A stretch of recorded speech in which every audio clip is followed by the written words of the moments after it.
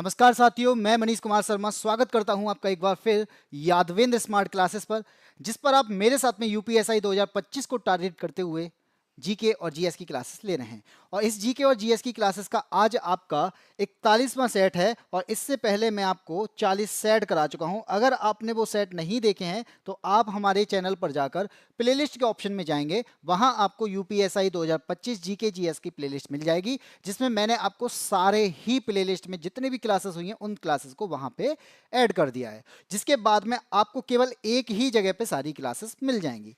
बाकी का आपको मैं बता दूं कि हम लोगों के द्वारा और भी बैचेस चलाए जा रहे हैं या और भी सीरीज चलाई जा रही हैं, जिसमें आपकी यूपीएसआई सीरीज की मैं बात करूं तो आपको यहाँ पे कई सारी क्लासेस मिलती हैं। तो आप सुबह 7 बजे रीजनिंग की क्लासेस में जुड़ सकते हैं। इसके बाद आप 11:30 बजे, जो कि मैथ्स का टाइम हो चुका है, पहले ये आपको शाम को 8 बजे मिलती थी लेकिन अब ये आपको सुबह 11:30 बजे मिलती है। तो 11:30 बजे के लिए आप मैथ से यादविन सर के साथ में पढ़ सकते हैं। बाकी आपको पता है 12:30 बजे मैं क्लास में लेता हूं और फिर शाम को 9 बजे आप हिंदी की क्लासेस में जुड़ सकते हैं। और इस प्रकार से आपके यूपीएसआई की बहुत अच्छी तैयारी हो जाएगी। अगर आप यहाँ पे इन चीज़ों को कवर करना चाहते हैं तो आप मेरे साथ में इन चीज़ों के साथ में पढ़ सकते हैं, ठीक है। बाकी आपको पता है कि हम लोगों के द्वारा एक बैच भी लॉन्च किए गए हैं, कई सारे बैच लॉन्च किए गए हैं। उस बैच में एक बैच है जिसका नाम है चाणक्य बैच। लेकिन इस चाणक्य बैच की खासियत आज मैं आपको बता देता हूं, क्योंकि एक ऑफर हमने यहाँ पे निकाला है। ये ऑफर आपका कुछ टाइम तक रहने वाला है, क्योंकि आपको पता है कि बहुत सारे बच्चे यहाँ पे डिमांड कर रहे थे सर कुछ सस्ता कर दो। तो सस्ता, इतना सस्ता कर दिया है कि आप इस बैच को इजीली, एक पॉकेट मनी होती है, उसकी पॉकेट मनी भी आपकी बहुत ज़्यादा होगी लेकिन उससे कम में आपको एक बैच मिल जाएगा जो कि 2 साल की वैलिडिटी रखता है, जिससे आपकी लगभग तनख्वाह 40,000 से ज़्यादा हो सकती है। यानी आपका 99 रुपये में बैच मिल जाएगा। कितने रुपए में? ये 599 वाला बैच जो है ये आपको कितने मिल रहा है? 99 रुपये में मिल रहा है। तो आप अगर ये बैच लेना चाहते हैं तो आपके पास में अभी मौका है, क्योंकि आप अगर देर करेंगे तो ये मौका हाथ से निकल सकता है और ये बैच फिर से 599 में मिलेगा। इसीलिए कह रहा हूं कि अगर आपके पास में मौका है तो इस मौके को बनाना है, मौके पर चौका मारना है। तो 99 रुपए में आपको यूपीएसआई का चाणक्य 2.0 बैच लेना है, तो जल्दी से कीजिए। हाँ भाई, राधे राधे। और जो साथी मेरे साथ में जुड़ रहे हैं, एक बार मैं बोल देता हूं कि आप लोग पहले, सबसे पहले शेयर जरूर करा करें, क्योंकि बाद में आप पढ़ते टाइम में आपके पास में इतना टाइम नहीं होता कि आप उन चीज़ों को शेयर कर पाएं। तो पहले शेयर करें, उसके बाद क्लास में जुड़ जाएं। बाकी का पढ़ते हैं। आपको पता है ये बैच 99 में है और ये एप्लीकेशन हमारी है बाई एससी एप्लीकेशन। आपको ये बैच आपको बाई एससी एप्लीकेशन पर मिल जाएगा, ठीक है।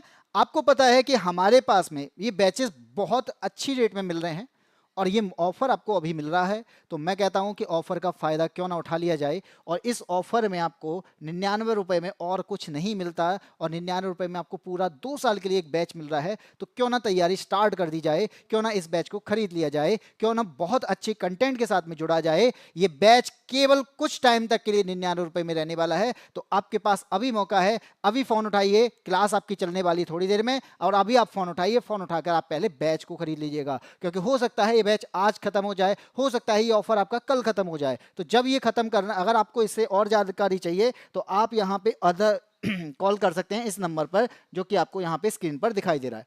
8266981579 पे कॉल करके इसके बारे में पता कर सकते हैं। अब स्टार्ट करते हैं आपकी क्लास। और क्लास में आपको मैं बता दूं कि अगर आप मेरे साथ में जुड़ रहे हैं तो क्लास में कॉपी पेन लेके जरूर बैठें। कुछ इंपॉर्टेंट टॉपिक हैं, कुछ इंपॉर्टेंट पॉइंट हैं, उनको नोट करें। नोट करने के बाद में आप यहाँ पे आंसर भी दें, जिससे मुझे पता चलता रहे कि आप लोग वास्तव में तैयारी कर रहे हैं और आप लोग क्यूरियोसिटी के साथ में मेरे साथ में पढ़ना चाहते हैं। आपको बहुत अच्छी तरीके से आंसर चाहिए तो आप कमेंट भी जरूर करिएगा और लास्ट में फीडबैक जरूर दीजिएगा कि आपकी ये क्लास कैसी रही है और क्लास में आपको क्या क्या सही लगा है और आपको और क्या चाहिए जिससे मैं अपने आप में इंप्रूवमेंट और कर सकूं, ठीक है। तो चलिए स्टार्ट करते हैं। त्रिशा भाई नमस्ते, निकी रावत भी जुड़ चुके हैं। हर हर महादेव निकी। इसके साथ में स्टार्ट करते हैं आपका क्वेश्चन नंबर 1। क्या कहता है क्वेश्चन नंबर 1? आपको पता है कि हमारे पास में बॉर्डर एरियाज हैं और बॉर्डर एरियाज की बात करें तो हम बॉर्डर की लगाते हैं पाकिस्तान के साथ में, हम बॉर्डर लगाते हैं चीन के साथ में, हमारा बॉर्डर लगता है अफगानिस्तान के साथ में, बांग्लादेश के साथ में, भूटान के साथ में, नेपाल के साथ में और म्यांमार के साथ में। लेकिन इनमें पूछा गया है कि ऐसा कौन सा बॉर्डर है, ऐसा कौन सी सीमा रेखा है जिससे हम अक्साई चिन्ह भारत का हिस्सा कहते हैं। तो आपके पास में 4 ऑप्शन है, इन 4 ऑप्शन में बताना है कि अक्साई चिन्ह भारत का हिस्सा है, ये कौन सी लाइन बताती है। इन चारों में से जल्दी बताइएगा क्या आंसर रहने वाला है। ऑप्शन निकी रावत का है सी, त्रिशा का है सी, निशांत का है सी, और सबका आंसर यहां पे है सी। और इसी के साथ में आपका आंसर हो जाता है गलत। अफसोस, ये गलत जवाब है। गलत रीजन क्या है कि आप यहां पे कह पा रहे होगे कि जो चीन है ना, चीन के साथ में हमारी जो रेखा है उसका नाम मैकमोहन लाइन है, लेकिन ये मैकमोहन लाइन आपकी पूरे चीन को कवर नहीं करती है। ये मैकमोहन लाइन आपकी अरुणाचल प्रदेश को कवर करती है, यहां नहीं दिख रहा है, अरुणाचल प्रदेश के हिस्से को कवर करती है। इसलिए याद रखना, हमारे पास में दो लाइन हैं चीन के साथ में। वो लाइन कौन सी है? एक लाइन है जो 1865 में बनाई जाती है, और 1865 में W.H. जॉनसन के द्वारा लाइन बनाई जाती है, ठीक है। और एक लाइन जो है ये बनाई जाती है 1893 में, और ये किसके द्वारा बनाई जाती है? मैकडोनाल्ड के द्वारा बनाई जाती है। तो आपके पास में अब दो ऑप्शन और आ गए, जॉनसन और मैकडोनाल्ड। लेकिन दोनों ने अलग अलग चीजें बताई थी। इसने, मैकडोनाल्ड ने क्या किया, अक्साई चिन वाला जो पार्ट है जिसपे चीन ने कब्जा कर रखा है, वो अक्साई चिन वाला पार्ट चीन में दिखाया। कहां दिखाया?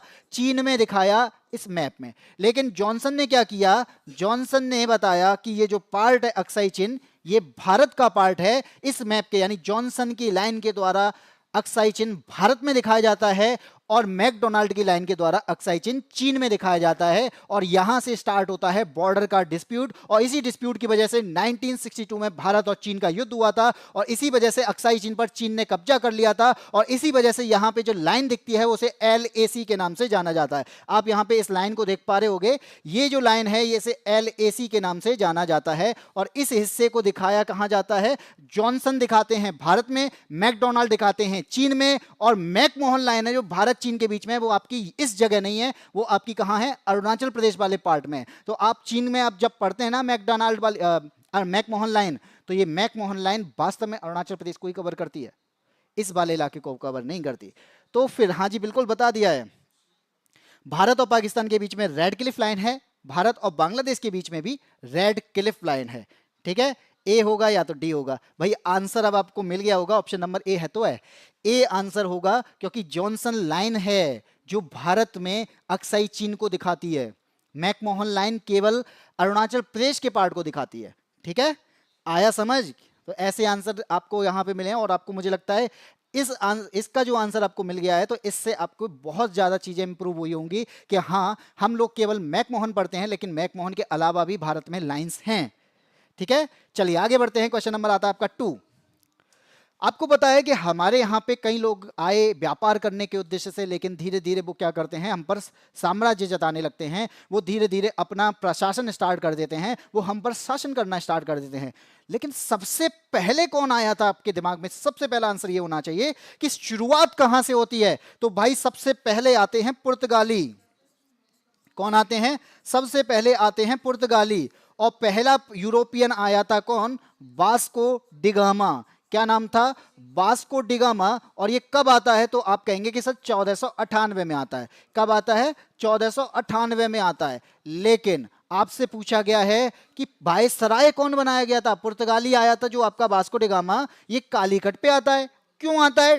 ट्रेड के लिए। ये क्या करता है? ट्रेड बढ़ाने की कोशिश करता है, स्पाइस का ट्रेड चाहता है, स्पाइस का व्यापार चाहता है, मसाले के व्यापार के लिए आया था।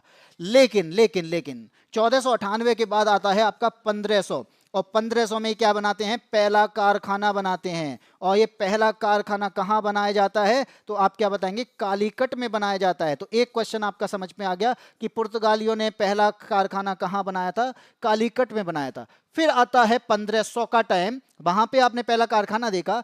फिर आप देखेंगे कि 1505 का टाइम आता है। कब आता है? 1505 का टाइम आता है। और 1505 में इन्हें समझ में आ गया था कि यहां पे वायसराय बनाने की जरूरत है। तो 1505 का टाइम आया, और 1505 में हमने क्या बनाया, यानी फ्रांस, इसने, पुर्तगाली ने क्या बनाया? पहला वायसराय बनाया। और इस पहले वायसराय ने क्या किया? पहले वायसराय ने एक यहां पे नीति अपनाई, और उसे क्या कहा जाता है? Blue water policy. समुद्र पर प्रभुत्व जमाने के लिए ब्लू वाटर पॉलिसी अपनाई, और ये किसने अपनाई थी? फ्रांसिस्को डी अल्मेडा ने। ऑप्शन नंबर ए यहां पे सही हो जाएगा। तो बताइए कितनों का सही है? त्रिशा का ऑप्शन नंबर ए है। नाउ क्लियर, बहुत अच्छा है, क्लियर हो चुका है तो बहुत अच्छी बात है। वास्को डी गामा बताया है रावत ने, निशांत ने बताया है ऑप्शन नंबर बी, और इसी के साथ संदीप ठाकुर भी जुड़ चुके हैं, उन्होंने ने आंसर दे दिया है बी। ठीक है, तो जो लोग यहाँ पे बी के साथ हैं, वास्को डी गामा, भाई गलत हो गया है, क्योंकि पहला पुर्तगाली था वास्को डी गामा, पहला यूरोपियन था वास्को डी गामा, और इसके अलावा कोई ब्रिटिश या फिर कह सकते हैं कि यहां पे भारत के रास्ते को, भारत की ओर आने वाले रास्ते को खोजने वाला भी कौन था? वास्को डी गामा था। लेकिन पहला वायसराय कौन था? वो अल्मेडा था, ये याद रख लेना। फ्रांसिस्को डी अल्मेडा, जिसने ब्लू वाटर पॉलिसी अपनाई थी, जिसके तहत उसने बताया था कि समुद्र पर प्रभुत्व हमारा होगा, पुर्तगालियों का होगा, ये अपनाया था इन्होंने। और फिर आते हैं 1510 में अल्बुकर्क। यहां पे आपको अल्बुकर्क दिख रहे हैं ना ऑप्शन नंबर सी में, तो ऑप्शन नंबर सी क्या कहता है? इन ऑप्शन नंबर सी का मतलब है कि इन्होंने गोवा पर कब्जा कर लिया था, जो कि कब किया गया था? 1510 में किया गया था अल्बुकर्क के द्वारा, और जिसको भारत ने 1961 में छुड़ा पाया था। यानी लगभग 450 साल का शासन रहा है। सबसे पहले आने वाले सबसे देर में जाते हैं, ये बात याद रखना। ठीक है, जय हिंद स्नाइपर। ठीक है, जो भी है इंटेलिजेंट हैं भाई, इंटेलिजेंट होना चाहिए, क्या दिक्कत है? आगे बढ़ें, क्वेश्चन नंबर 2 का आंसर आपको मिल चुका है। अब बढ़ते हैं आपके क्वेश्चन नंबर 3 पे। थर्ड की बात करते हैं कि आपको पता है कि चलिए आक्रमण तो होते रहते हैं, लोग यहाँ पे कब्जा करते रहते हैं, लेकिन हमारी संस्कृति, जब हम अपनी संस्कृति की बात करते हैं, हम अपने मंदिरों में प्रस्तुति की बात करते हैं, हम अपने श्लोक की बात करते हैं, हम अपने नृत्य की बात करते हैं, तो आपको याद आता है कि भारत एक प्रकार से सांस्कृतिक देश है, जहां पे बहुत विभिन्न प्रकार के कल्चर देखने को मिलते हैं। भारत दूसरों से बहुत अलग देश है, जहां पर अलग अलग कल्चर देखने को मिलते हैं, जहां पर अलग अलग प्रस्तुति देखने को मिलती हैं, जिनमें से बोला गया है कि केरल की संस्कृत रंगभूमि कला का रूप इनमें से कौन सा है। तो ये 4 आपको देख रहे होंगे, इन चारों में से बताना है कि दुनिया का सबसे पुराना जीवित संस्कृत थिएटर आर्ट फॉर्म इनमें से कौन सा है, बताइए। भाई नंदीप ठाकुर, राधे राधे। क्या हुआ, सबके दांत निकल रहे हैं? मुझे क्या पता क्यों निकल रहे हैं, लेकिन हाँ निकल रहे हैं, इतना पता है। कोई बात हुई होगी। ऑप्शन नंबर बी दिया है स्नाइपर ने, इसके अलावा और किसी का भी आंसर नहीं आया है। बेटा स्नाइपर, आपने आंसर दिया है मोहिनीअट्टम, ये बात सही है कि हाँ ये भी हमारा सांस्कृतिक कल्चर को दिखाता है, लेकिन ये वास्तव में ये अभिनय की बात नहीं करता, ये रंगभूमि की बात नहीं करता। इस रंगभूमि का मतलब होता है थिएटर, इस रंगभूमि का मतलब होता है एक्टिंग, इस रंगभूमि का मतलब होता है अभिनय करना। लेकिन क्या मोहिनीअट्टम में अभिनय किया जाता है? तो आपका आंसर हो जाएगा गलत, क्योंकि मोहिनीअट्टम अपने आप में क्या है? एक शास्त्रीय नृत्य है जो कि केरल का है। ठीक है, मोहिनीअट्टम शास्त्रीय नृत्य है, ये क्या है? अभिनय नहीं है, ये थिएटर आर्ट नहीं है, ये रंगभूमि नहीं है। इसलिए आपका बी तो आपका हो जाएगा गलत। अब यहां पे बात करेंगे, ओइंग थुल्लल की बात की गई है, तो ये क्या है? ये एक प्रकार का नृत्य है, लेकिन ये हास्य नृत्य है। ठीक है, ये हास्य नृत्य है, इसलिए आपका सी ऑप्शन भी नहीं होने वाला। इसके बाद आपको 2 ऑप्शन दिख रहे हैं, एक आपका कुडियाट्टम और एक आपका मेडियट्टू। लेकिन मेडियट्टू की बात करेंगे, ये थिएटर है, लेकिन कौन सा थिएटर है भाई? ये धार्मिक थिएटर है। ठीक है, ये भी थिएटर की बात करता है, ये रंगभूमि की ही बात करता है, लेकिन ये धार्मिक यानी रिलीजियस थिएटर कहलाता है। अब बचा आपके पास में ऑप्शन नंबर ए, तो कुटियट्टम होगा, ऑप्शन नंबर ए आंसर होगा। केरल के मंदिरों में इसकी प्रस्तुति की जाती है, संस्कृत श्लोक के द्वारा यहाँ पे अभिनय किया जाता है, और यहाँ पे नृत्य भी किए जाते हैं, और इनमें मुख की जो आकृति होती है, उस मुख की आकृति के द्वारा आपको यहाँ पे अभिनय देखने को मिलता है, एक एक्टिंग देखने को मिलती है। इसके माध्यम से ये क्या करते हैं? डांस करते हैं। और आपको पता होना चाहिए 2001 में यूनेस्को के masterpiece of oral and intangible heritage of humanity में इसको घोषित किया गया था। और पुरुष समुदाय हैं, इसमें पुरुष समुदाय भी शामिल होते हैं, इसमें महिला समुदाय भी शामिल होता है। यानी जब पुरुष का ग्रुप होता है उसे चाक्यार कहते हैं, और महिला का जो ग्रुप होता है उसे नंबियार कहते हैं। आया समझ? ऑप्शन नंबर ए, हाँ बिल्कुल ऑप्शन नंबर ए होगा। निकी रावत, त्रिशा, इसी के साथ में आदि गौतम भी आ चुके हैं, और आदि गौतम के साथ गीता भी जुड़ चुकी है। तो जहां पर सबने ए बताया है उनका आंसर ए होगा। निक्की वो क्लास होती है क्या? कौन सी क्लास भाई? जो आप दूसरी क्लास की बात कर रहे हैं, तो बेटा आप कहीं और भी बात कर सकते हैं, आपके पास में पर्सनल मैसेज भी होते हैं, तो आप पर्सनल मैसेज भी कर सकते हैं, लेकिन इस चीज़ का ध्यान रखो कि यहाँ पे कहीं और आके कहीं और की बातें नहीं करनी चाहिए। ठीक है, चलिए आगे बढ़ते हैं क्वेश्चन नंबर 4 पे। नहीं तो आपको हथकड़ी लगा दी जाएगी अगर आप ऐसी बातें करेंगे। ठीक है, ये हमारी सुरक्षा से खिलवाड़ है। क्वेश्चन नंबर 4 क्या कहता है? आपको पता है कि जब नेशनल सिक्योरिटी की बात आती है, नेशनल सिक्योरिटी के लिए हमें क्या करना है, हमें यहां पे अपने आंतरिक सुरक्षा पर ध्यान देना है, हमें आतंकवाद को रोकना है, हमें तस्करी को रोकना है और हमें अपने ऊपर होने वाले हमलों को रोकना है। तो हमारे पास में कोई एक्ट है क्या? तो आप कहेंगे जी बिल्कुल है, और उसका नाम है राष्ट्रीय सुरक्षा अधिनियम, यानी नेशनल सिक्योरिटी एक्ट। कब आया था? आंसर बताना है आपको। मेरा सही हिया है। कौन सी क्लास भाई? राजनीति करना गलत बात है सर, हम नहीं करेंगे। Commando welcome.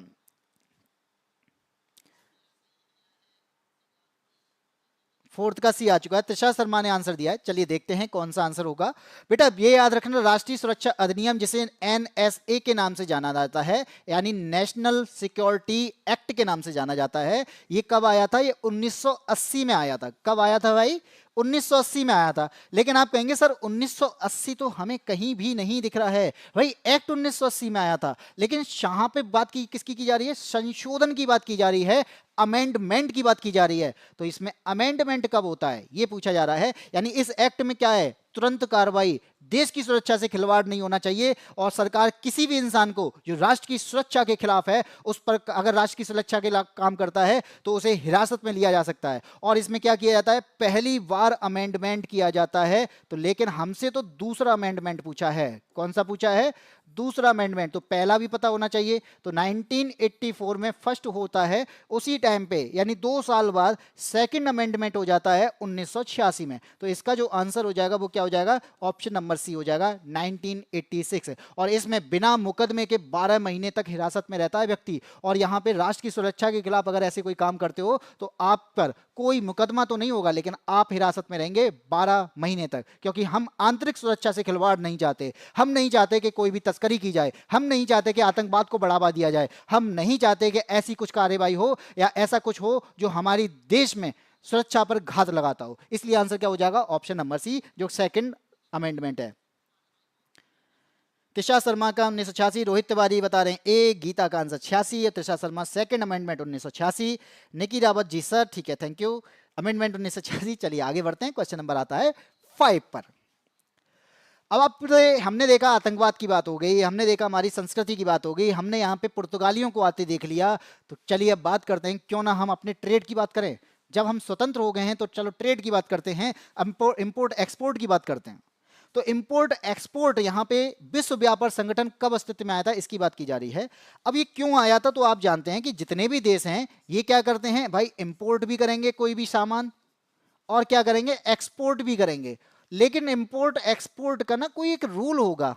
अगर रूल नहीं होगा तो ये अपने रूल्स बनाएंगे। क्या करेंगे? ये अपने रूल्स बनाएंगे। तो लेकिन अपने रूल्स ना बनाने के कारण एक इंटरनेशनली रूल्स बनाए जाए, क्यों ना एक ग्लोबल तरीके से कोई एक रूल्स बनाया जाए जो हर जगह पर लागू हो। और यहीं पर रूल्स बनाने के लिए लागू होता है कौन? WTO। इसे कहा जाता है वर्ल्ड ट्रेड ऑर्गेनाइजेशन। ये बात हमें कब पता चली?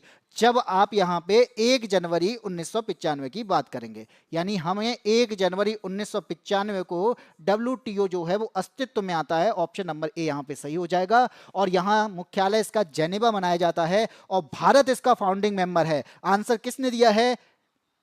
निशांत भैया पढ़ लो। ठीक है भैया, निशांत भैया जो भी हो पढ़ लो अच्छे से।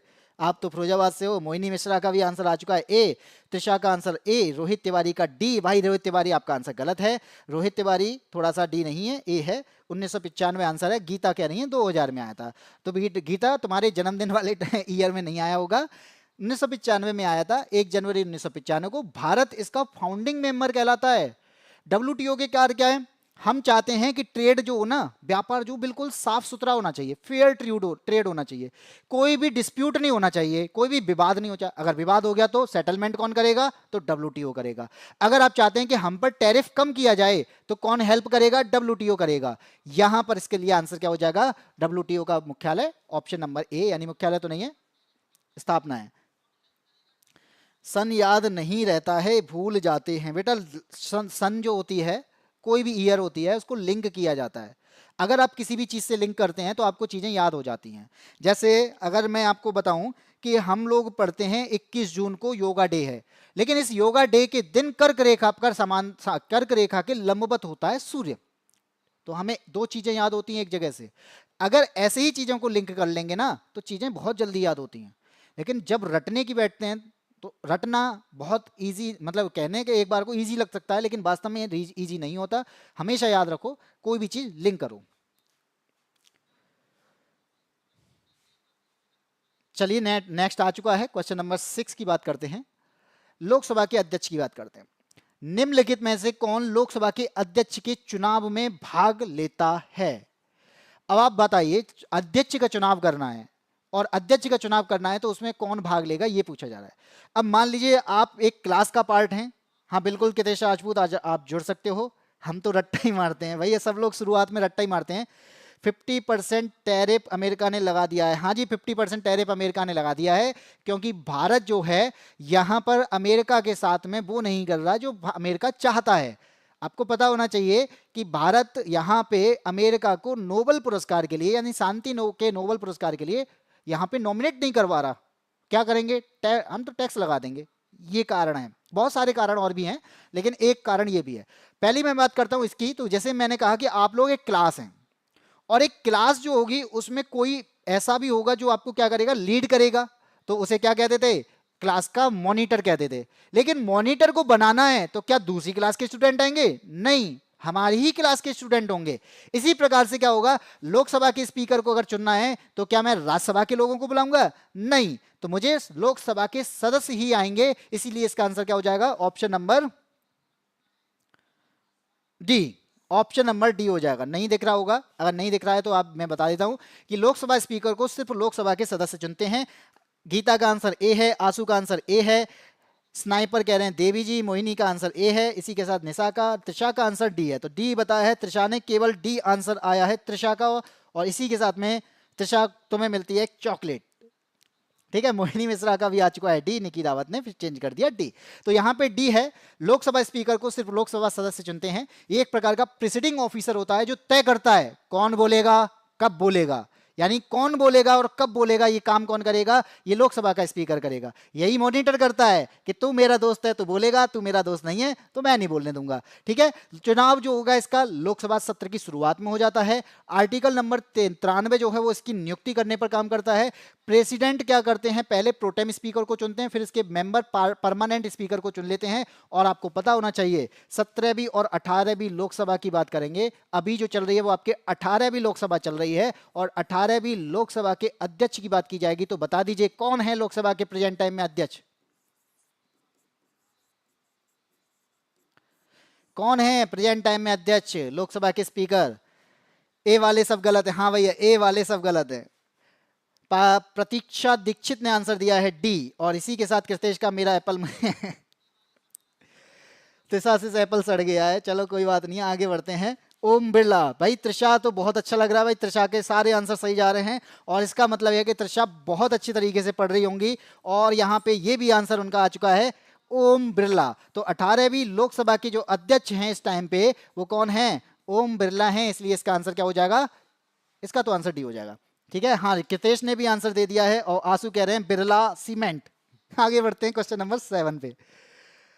क्वेश्चन नंबर 7 बात करता है प्रस्तावना की, यानी प्रस्तावना में ऐसा कौन सा शब्द है जो ये दर्शाता है ना, भारत ना तो किसी अन्य राष्ट्र के अधीन है और ना ही कोई उपनिवेश है, बल्कि एक स्वतंत्र राष्ट्र है। तो ऐसा कौन सा शब्द है जो हमें बताता है कि भारत कोई किसी भी देश पर डिपेंड नहीं है, भारत पूरी तरह से आजाद है, भारत पूरी तरह से स्वतंत्र है, कोई विदेशी शक्ति के अधीन नहीं है, हम अपना निर्णय खुद ले सकते हैं, हम किसी भी दबाव पे काम नहीं करेंगे, कोई भी बाहर का दबाव हो, चाहे वो टैरिफ लगाने का हो, हम अपने आप में नहीं झुकेंगे। ये कहां पर है? ये किस शब्द की वजह से हम ऐसा कर पा रहे हैं? जल्दी से आंसर दीजिएगा। राहुल चौहान का आंसर बी है, कृतेश का आंसर सी है, त्रिशा का आंसर बी, रोहित तिवारी का भी आंसर आ चुका है, मोहिनी का भी आंसर बी है। और इसी के साथ में जो लोग यहाँ पे बी के साथ में हैं, बी आंसर क्या है? संप्रभु। बिल्कुल सही आंसर दिया है, option number B. Option number B यानी संप्रभु की बात करता है, सोवरेनिटी की बात करता है, क्योंकि हम अपने आप में संप्रभु हैं। संप्रभु का मतलब क्या है? कि हम पूरी तरह से आजाद हैं, हम किसी पर डिपेंड नहीं है, हम अपने निर्णय खुद लेंगे, हम अपना काम खुद करेंगे, हम किसी विदेशी शक्ति पर निर्भर नहीं होंगे, हम किसी के दबाव में काम नहीं करेंगे। इसी वजह से आज का आंसर क्या हो जाएगा? सोवरेन हो जाएगा, संप्रभु हो जाएगा, प्रभुत्व संपन्न हो जाएगा। लेकिन जब हम गणतंत्र की बात करते हैं तो जनता द्वारा जो प्रमुख चुना जाता है, चाहे वो आपके प्रधानमंत्री हो, चाहे वो आपके और कोई भी मुख्यमंत्री की बात की जाती है, तो इसी वजह से हम रिपब्लिक हैं। अगर आपसे पूछा जाए भारत डेमोक्रेटिक है, बिल्कुल है, क्योंकि जनता का शासन है, जनता के लिए शासन है, जनता को यहां पे शासन की प्राप्ति होती है, वो डेमोक्रेसी कहलाती है। और जस्टिस की बात करेंगे तो प्रस्तावना में जस्टिस की भी बात की गई है। हम सामाजिक न्याय की बात करते हैं, हम आर्थिक न्याय की बात करते हैं, हम राजनीतिक न्याय की बात करते हैं। तो भारत में प्रस्तावना में 3 न्याय की बात की गई है जो मैंने अभी बताया। तो आपका आंसर क्या हो जाएगा? बी हो जाएगा। A+B नहीं आता किसमें? यूपी टेट का भी बैच लगाओगे आप, बिल्कुल यूपी टेट का लगेगा, लेकिन अभी नहीं लगेगा। एक टाइम कहते हैं ना, क्रैश कोर्स लेके आएंगे। अभी क्या है कि अभी आपके फॉर्म भी नहीं आए, जरूर पेपर की डेट आ गई है, लेकिन अभी फॉर्म नहीं आए हैं। जिस दिन फॉर्म आएंगे उस दिन हम क्रैश कोर्स लागू करेंगे, जो कि आपके लिए बहुत जल्द चीजों को कवर करेगा। ठीक है, क्वेश्चन नंबर 8 की बात करते हैं। तो हम लोग अब फिर पुराने टाइम में चले जाते हैं, हम हिस्ट्री में चले जाते हैं। और हिस्ट्री में ऐसा होता है कि एक बार यहाँ पे अंग्रेज जो थे वो फोर्ट विलियम की क्या कर रहे थे? किलेबंदी कर रहे थे। अब टाइम कब का था? टाइम था 1756 का। तो ये याद रखिएगा, एक टाइम हुआ करता था 1756 का, और यहाँ पे अंग्रेज जो थे वो अपनी पावर बढ़ाना चाहते थे। अभी पावर बढ़ी नहीं है, अभी यहाँ पे अपना कहते हैं ना अपनी शक्ति दिखा नहीं पाए हैं। तो ये क्या करता है, 1756 का टाइम है, कलकत्ता में अंग्रेज किलेबंदी कर देते हैं, लेकिन किसी से पूछते नहीं है, बिना पूछे ताकत बढ़ाने में लगे हैं। फिर एक जिसकी ताकत है, किसकी ताकत? बंगाल के नवाब की। उस टाइम पे इनमें से कोई एक बंगाल का नवाब हुआ करता था। ठीक है, इनमें से ऐसा कोई होगा जो बंगाल का नवाब होगा। भाई पावर उसके पास में, और अंग्रेज यहां पे लगे हुए हैं अपनी किलेबंदी करने में। तो क्या होगा, वो नवाब जाएगा वहां पे, और वहां पे इनके साथ में एक छोटी सी लड़ाई होती है। और वहां पर होता क्या है, वहां पे उन अंग्रेजों को, उन ब्रिटिशर्स को कैद कर लिया जाता है। और कैद कहां किया जाता है? कैद किया जाता है एक छोटे से कमरे में, जिसे कहा जाता है काल कोठरी। और छोटा सा कमरा, और लोग कितने? 146 लोग। कितने? 146 लोगों को क्या कर दिया जाता है? छोटे से कमरे में कैद कर दिया जाता है। बताया जाता है कि इस छोटे से कमरे में कैद हो जाने के बाद वहां पे घुटन की वजह से सारे लोग मर जाते हैं। बचते कितने हैं? 23 लोग जिंदा बचते हैं। कितने लोग जिंदा बचते हैं? 23 लोग जिंदा बचते हैं। अब ये जिंदा बचे हुए क्या करते हैं? शिकायत करते हैं कितने अपने, कि हमारे साथ में ये हुआ। फिर होता है ब्रिटिशर्स का गुस्सा, और ब्रिटिशर्स का गुस्सा आता है तो आक्रोशित होकर 1757 में क्या होता है? 1757 में युद्ध होता है। और युद्ध कौन सा होता है? इसे कहते हैं प्लासी का युद्ध। और ये प्लासी का युद्ध किसके साथ होता है? कौन हारता है? यही आपसे पूछा गया है। तो बता दीजिए, काल कोठरी की है। कोमल का आंसर है, कहां से पढ़ूं भैया? बिल्कुल त्रिशा शर्मा का फोर्ट विलियम है। स्नाइपर सिराजुद्दौला, आंसर आ चुका है 1764। रोहित तिवारी बता रहे ए, इसी के साथ ऑप्शन नंबर ए। तो जो लोग यहाँ पे ऑप्शन नंबर ए के साथ में है बिल्कुल सही हैं कि सिराज उद्दौला थे उस टाइम पे नवाब। तो इनके द्वारा फोर्ट विलियम्स पर हमला कर दिया जाता है, और वहां पे ब्रिटिशर्स जो हैं उनको क्या कर लिया जाता है? बंद कर दिया जाता है। कहां बंद कर दिया जाता है? एक छोटे से कमरे में, और 146 लोगों को कैद करके वहां पे 23 लोग जिंदा बच पाते हैं। और इसी को हम कहते हैं ब्लैक होल ट्रेजेडी। और इसी वजह से होता है बैटल ऑफ प्लासी, और इसी वजह से साजिश रची जाती है। और यहाँ पे नवाब जो हैं सिराज उद्दौला, इनको हराया जाता है। और हराने के बाद में ये बंगाल पर, अंग्रेजों का बंगाल पर नियंत्रण स्टार्ट हो जाता है। और यहीं से स्टार्ट होता है कि अंग्रेज धीरे धीरे हम शासन में आ जाते हैं, और यहीं से स्टार्ट होता है कि हमें उन्हें भगाने में 200 साल लग जाते हैं। इसी के बाद में मीर जाफर गद्दी पे बैठता है। ठीक है, हाँ जी बिल्कुल, सिराज उद्दौला आ रहा है। मैं अब देखो, इंग्लिश का मुझे आइडिया नहीं है, मैं थोड़ा सा इसको देख के बता सकता हूं। आप एक बार कमेंट डाल देना जब ये क्लास हो जाए, तो जो कमेंट आता है लाइव क्लास की जगह पे अलग क्लास में कमेंट डाल देना, तो आपको चीज़ें वहां पे प्रोवाइड कर दी जा सकती हैं। ठीक है, क्योंकि अब लाइव क्लास चल रही है इस टाइम पे, तो हो सकता है मुझे भी इस चीज़ का भी इतना आइडिया नहीं है, लेकिन जैसे ही आइडिया लगता है मैं आपको बता दूंगा कमेंट में। लेकिन नॉर्मल कमेंट करना है, नहीं तू अम्मा से पढ़ो भाई, यहाँ पे ऐसी वैसी ऐसी बातों की बात नहीं की जा रही है, ऐसी बातें ना करो। गुड आफ्टरनून भाई राहुल कुमार। आगे बढ़ते हैं, क्वेश्चन नंबर आता है आपका 9। क्या कहता है 9? भाई हमारे पास में कॉन्स्टिट्यूशन तो है। अब ये मैंने बताया कि अगर आप मॉनिटर बना दिए जाओ, और अगर आप मॉनिटर बना दिए गए हो और प्रिंसिपल आपसे कह दे कि तुम मॉनिटर ना मेरी वजह से हो, प्रिंसिपल कह दे कि मॉनिटर तुम तभी तक हो जब तक मुझे मंजूर है, और वो चाहता है कि आपको हटा सकता हूं मैं, और ऐसा ही यहां पे हमारे संविधान में भी है। यानी आपको यहां पे मॉनिटर गिरी की बात बता रहा हूं मैं, प्रिंसिपल मॉनिटर, तो प्रिंसिपल हो, प्रिंसिपल ही कहेगा कि बेटा तू मॉनिटर तभी तक है जब तक मैं चाहता हूं, और यही बात यहां पे की जा रही है। भारतीय संविधान के किस अनुच्छेद में कहा गया है कि रक्षा सेवाओं, केंद्रीय लोक सेवा और अखिल भारतीय सेवाओं के सदस्य राष्ट्रपति के प्रसाद पर्यंत पद पर रहते हैं?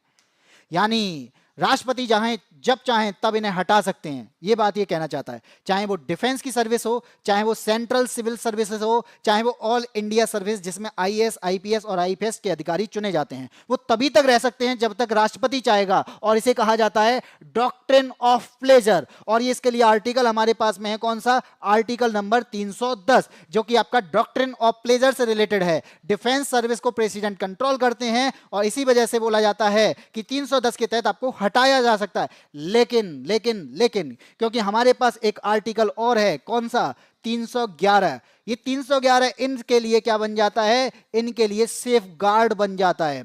कैसे गार्ड बन गया? क्योंकि यहां पे आप मनमानी ढंग से हटा दोगे? बिल्कुल नहीं, आप मनमानी ढंग से नहीं हटा सकते, आपको इंक्वायरी करवानी पड़ेगी, इंक्वायरी के बाद में आपको हटा सकने की कोशिश कर सकते हो। इसी वजह से मनमानी ढंग से ना हटाने के लिए 311 का भी यूज किया जाता है, जो 310 के लिए क्या है? सेफ गार्ड का काम करता है। आया समझ? ए आंसर त्रिशा का स्नाइपर 300, इसने 355 कहां से आ गया? नहीं, 355 नहीं होगा। एबीसीडी सभी लोग कर दिया जाए, बिल्कुल एबीसीडी सभी लोग कर दिया जाए। और आप हार गए हो यहाँ पे, पैसे तो हारोगे नहीं, लेकिन एग्जाम को जरूर हार जाओगे। त्रिशा आप इतनी होशियार क्यों हो? भाई ये त्रिशा को ही पता होगा, पढ़ती होगी। होशियारी अगर तभी नजर आती है जब इंसान पढ़ता है।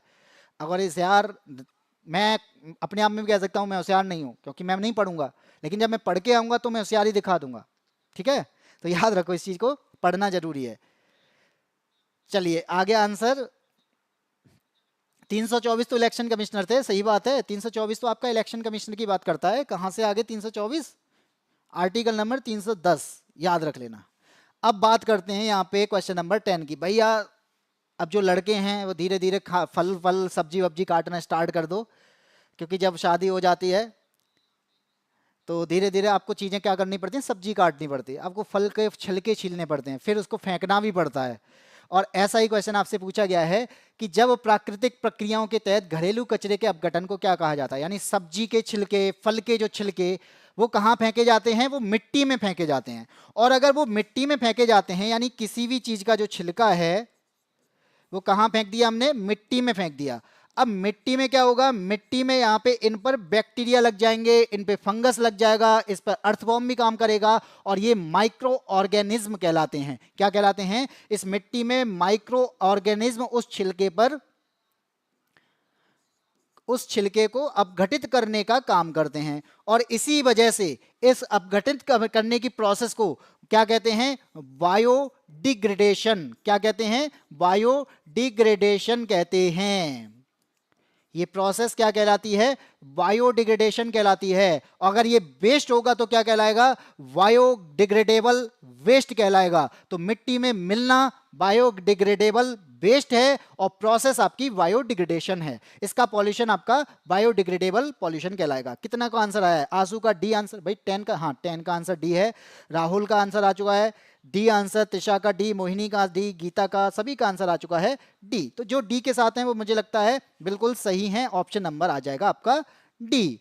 घरेलू कचरे के अपघटन को हम क्या करेंगे? जैव निम्नीकरण प्रदूषण कहेंगे। और जो अगर मिट्टी में मिल रहा है तो उसे वेस्ट कहेंगे, और जो प्रोसेस है उसे जैव निम्नीकरण कहेंगे। किसकी वजह से हो रही है? बैक्टीरिया की वजह से हो रही है, फंगाई की वजह से हो रही है, अर्थवॉर्म की वजह से होती है। जैसे ही हम छिलके फेंकेंगे धीरे धीरे वो सड़ना स्टार्ट कर देते हैं। ये आपका नेचुरली होता है, नेचर में रिसाइकल हो जाते हैं, इसलिए आपका आंसर हो जाएगा डी। लेकिन औद्योगिक प्रदूषण क्या है? जो फैक्ट्री से जो कचरा निकलता है, फैक्ट्री से जो केमिकल निकलते हैं, वो आपके इंडस्ट्रियल पॉल्यूशन कहलाएंगे। अगर मैं ये कहूं अजैव निम्नीकरण प्रदूषण क्या है, तो प्लास्टिक का यूज करते हो ना, प्लास्टिक आपका अजैव निम्नीकरण कहलाता है। क्योंकि ये क्या होता है? इस पे बैक्टीरिया नहीं काम कर पाते, इसको यहाँ पे गलाने में टाइम लग जाता है, हो सकता है गलती ही नहीं है। और आपका थर्मल क्या कहलाएगा? जब गर्म पानी अगर हो रहा है, उसकी वजह से कोई एनवायरनमेंट में प्रभाव पड़ जाए, तो वहां पर आपका यहाँ पे थर्मल प्रोसेस हो जाएगी, थर्मल पॉल्यूशन हो जाएगा। आया समझ? स्नाइपर ब्रो अभी तक गए नहीं? भाई पता नहीं क्यों आना जाना तो सबका लगा रहता है, कोई बात नहीं है। क्वेश्चन नंबर 11 की बात करते हैं। अब ऐसी बातें हैं, अगर आपके झगड़े स्टार्ट हो जाते हैं यहाँ पे, अब झगड़ों का यहाँ पे निपटारा करना है, तो यहाँ पे मैं आपसे कुछ बोल पाऊंगा कि ठीक है भैया झगड़ा मत करो, ठीक है, लेकिन आप लोग फिर भी नहीं मानते। अब मैं नहीं मानते हैं तो मैं कुछ नहीं कर सकता। लेकिन यहाँ की बात हो रही है, अगर गांव में झगड़े हो जाएं तो वहां पे क्या हो जाएगा, वहां पे मान लीजिए आपकी कोई बाउंड्री है, मेड़ काट दी इसने, वो बच्चे करते नहीं है, सर इसने मेरी पेंसिल ले ली, मेरी पेंसिल, मेरी रबड़ ले ली, इसने मेरी चोटी खींच दी, इसने मेरी शर्ट खींच दी। ये जो छोटे मोटे झगड़े हैं, अब इसके लिए आप कोर्ट जाओगे क्या? नहीं। इसके लिए कहां जाना पड़ेगा आपको? यहां पे एक प्रकार से सर के पास जाना पड़ेगा, और वो पहले प्रिंसिपल पे नहीं लेके जाएगा, पहले खुद सॉल्व करने की कोशिश करेगा। ऐसे ही यहां पे लोक अदालत लगती हैं। लोक अदालत का मतलब है कि जो आपके छोटे मोटे डिस्प्यूटेड होंगे, जो छोटे मोटे मैटर होते हैं, उनको यहां पर डिस्ट्रिक्ट कोर्ट के जाने की जरूरत नहीं पड़ती। उनको सॉल्व करने के लिए आपको लोक अदालत की जरूरत होती है। ये क्या करेगी? ये सुलह कराने का प्रयास करेगी। भैया मान जा, ठीक है, मान जा, मैं कह रहा हूं मान जा, ठीक है। अगर तूने डिस्प्यूट कर लिया, कोई तेरी बाउंड्री है तो वह दे दे से, अगर तूने पेन से चुरा लिए तो दे दे। तो यहाँ पे केस जो है वो निपट जाते हैं, दोनों पक्षों की सहमति का यूज किया जाता है। और इसे क्या कहा जाता है? इन चारों में से बता दीजिए क्या आंसर होगा। ए आंसर आया त्रिशा का, गीता का आंसर आ चुका है ए। गांव में जैसे पंचायत सरपंच द्वारा, हाँ जी बिल्कुल, गांव की बात आएगी तो सरपंच ही तो करेगा। तो यहाँ पे ऑप्शन नंबर ए है संदीप का, और इसी के साथ मोहिनी का। और सब बोल रहे हैं जनता की अदालत। भाई देवा की अदालत लगती थी ना जो, ऐसी ही जनता की अदालत। तो यहाँ पे आपका आंसर क्या हो जाएगा? ऑप्शन नंबर ए हो जाएगा, ठीक है। तो जो लोग ए के साथ हैं बिल्कुल सही अदालत, सही आंसर दिया है। मेरी कोचिंग में आ जाओ, फ्री वाईफाई है। चलो आगे बढ़ते हैं। क्वेश्चन नंबर आता है 12। 12 क्या कहता है? अब मान लीजिए आप यहाँ पे ऐसी बातें कर दो तो मेरा मूल अधिकार पे कुछ बात आ जाए, मैं ऐसी चीजें आपको यहां पे प्रोवाइड कर दूं जो आपके मूल अधिकार को रोकने का काम करे। ऐसी सरकार भी तो कर सकती है। अब मान लीजिए सरकार ने ऐसा कर दिया कि वो फंडामेंटल राइट को रोकने लग जाए, क्या ऐसा कोई कानून बना दिया नया जो हमारे मूल अधिकारों का हनन करने लग जाएगा? तो यहां पर वही बात की गई है कि इनमें से कौन सा अनुच्छेद है जो घोषित करता है कि सभी कानून जो किसी मौलिक अधिकार के साथ असंगत हों या उनका अल्पीकरण करते हों, उसे अवैधानिक घोषित कर दिया जाएगा, उसे शून्य घोषित कर दिया जाएगा। यानी आपका कोई भी कानून है और उस पर जुडिशियल रिव्यू अगर बैठता है, वो किस आर्टिकल की वजह से बैठता है? अगर आपका कोई कानून है मौलिक अधिकार के खिलाफ है, फंडामेंटल राइट के खिलाफ है, तो आप वो अपने आप अवैधानिक कैसे हो जाता है? क्योंकि हमारे पास ऐसा आर्टिकल है जो उसे अवैधानिक घोषित करता है, ऐसा आर्टिकल है जो उसे शून्य घोषित कर देता है। तो कोई नया कानून फंडामेंटल राइट का हनन नहीं कर सकता, और करेगा तो हमारे पास में यहाँ पे आर्टिकल नंबर कौन सा यूज होगा? आंसर है कृतेश राजपूत का 13, संदीप का 13, और इसी के साथ आंसू निषाद का 13, त्रिशा का आंसर ए, और निकी रावत का आर्टिकल नंबर 13। बेटा जो आर्टिकल नंबर, इस बार त्रिशा ने आंसर गलत दिया है,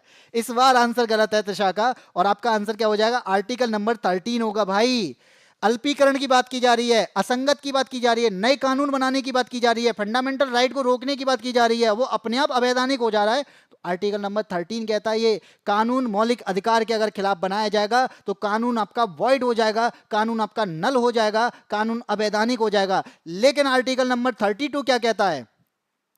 आर्टिकल नंबर 32 भी कुछ कहता होगा। तो इसे संविधान की आत्मा बोला गया है। क्यों बोला गया है? क्योंकि यहां पे सुप्रीम कोर्ट को पावर है, सुप्रीम कोर्ट को पावर है, हाई कोर्ट को पावर है कि अगर मान लीजिए कोई भी अधिकार हो, कोई भी मूल अधिकार का हनन होता है, तो आप यहां पे अनकॉन्स्टिट्यूशनल लॉ को स्ट्राइक कर सकते हैं, यानी उस लॉ को क्या कर सकते हैं? स्ट्राइक कर सकते हैं। ये यहां पर आपको बात की गई है आर्टिकल नंबर 32 में। इसको कहते हैं संवैधानिक उपचारों का अधिकार। क्या बोला गया है? संवैधानिक उपचारों का अधिकार। और संवैधानिक उपचारों का अधिकार अंबेडकर के द्वारा क्या बोला गया है? संविधान की आत्मा बोला गया है। ठीक है, आंसर आपको पता चल गया क्या हो जाएगा? ओ पूरा पढ़ा नहीं, हाँ जी बिल्कुल पढ़ा नहीं, तभी तो गलत होते हैं। मैं हमेशा बोलता हूं क्वेश्चन खुद चीख चीख के कह रहा है मेरा आंसर ये नहीं है, लेकिन मैं नहीं मानूंगा। क्यों? क्योंकि मैंने पढ़ा ही नहीं, मैंने तो बस आंसर देखे। चलें आगे। हाँ जी बिल्कुल सही बात है, डिविलियर्स की, आंसू की, कृतेश राजपूत की, और इसी के साथ में निशांत कह रहे हैं भाई लाइक कर दो। भाई अगर आपको क्लास अच्छी लग रही है तो लाइक तो बनता ही है ना क्लास को। आगे बढ़ते हैं, क्वेश्चन नंबर 13 की ओर जाते हैं। क्या कहता है 13? भाई आपको पता है कि चलिए ठीक है, हमने यहाँ पे संविधान की बात कर रहे हैं।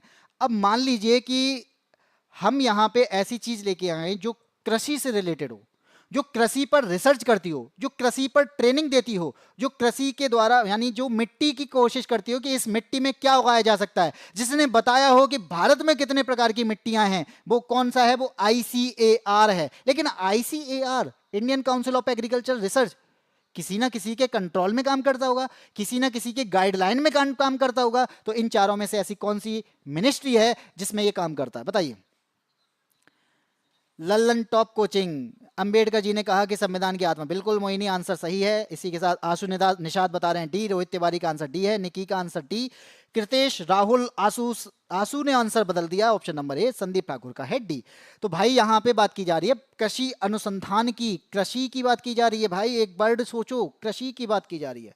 और जब हम एग्रीकल्चर की बात कर रहे हैं तो इसके लिए हमारे पास में कोई मिनिस्ट्री की गाइडलाइन होगी तो वो एग्रीकल्चर मिनिस्ट्री काम करेगा ना, ऑप्शन नंबर डी के साथ में काम करेगा ना, ministry of agriculture and farmers welfare.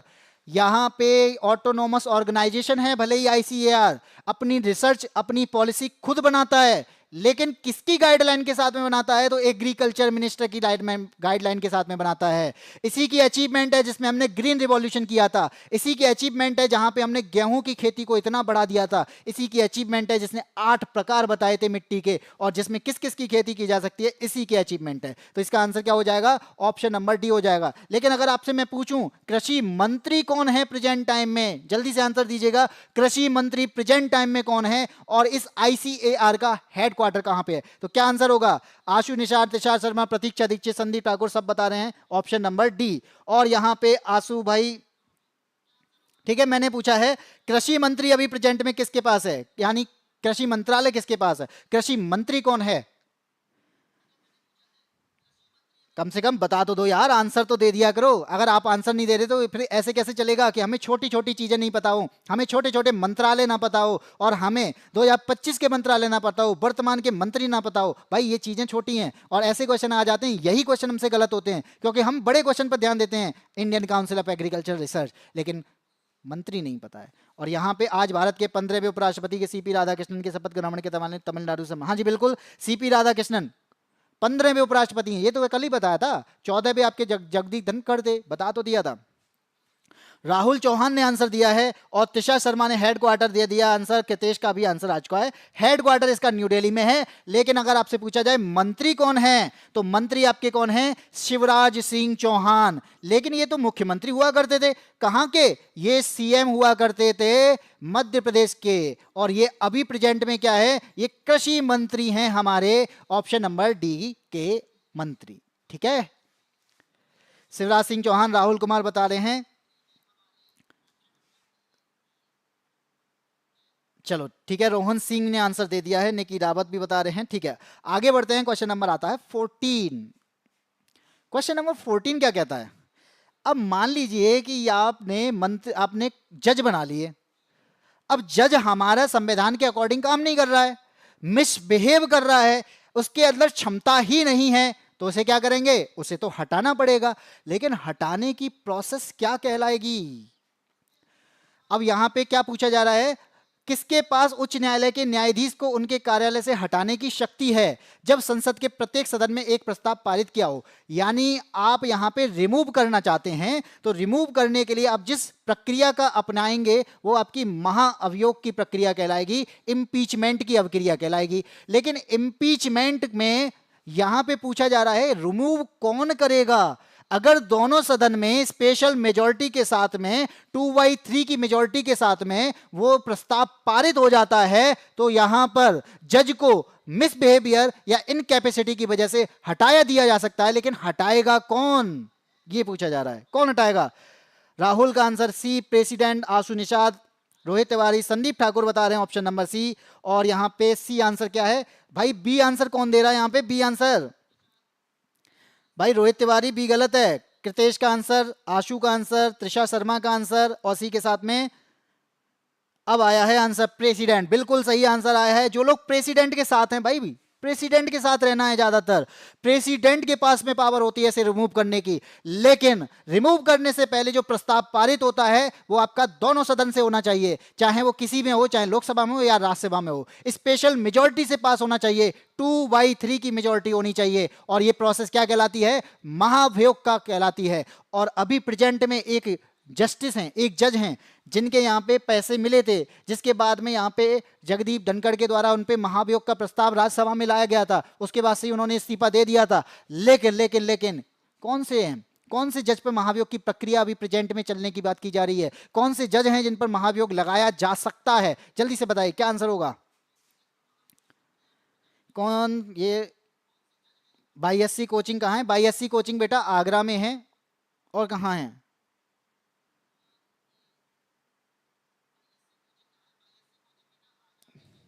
मैंने क्वेश्चन का पूछा है, मैंने पूछा है कि प्रेजेंट टाइम में 2025 में किस जज पर महाभियोग की अभिक्रिया या महाभियोग की प्रक्रिया अपनाई जा रही है? जल्दी से बताइए किस पर अपनाई जा रही है। हाँ जी बिल्कुल, टूंडला रेलवे स्टेशन पे, आर्टिकल नंबर 61। यादव यादव यादव, किसी का आंसर नहीं आ रहा भाई।